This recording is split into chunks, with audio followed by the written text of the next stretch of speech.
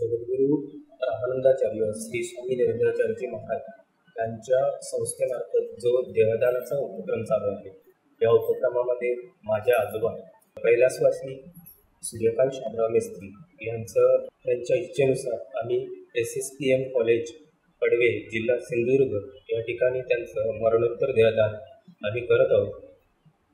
त्यांच्या आत्म्यास चिरशांती लाभो ही जगद्गुरू श्रींच्या चरणी प्रार्थना.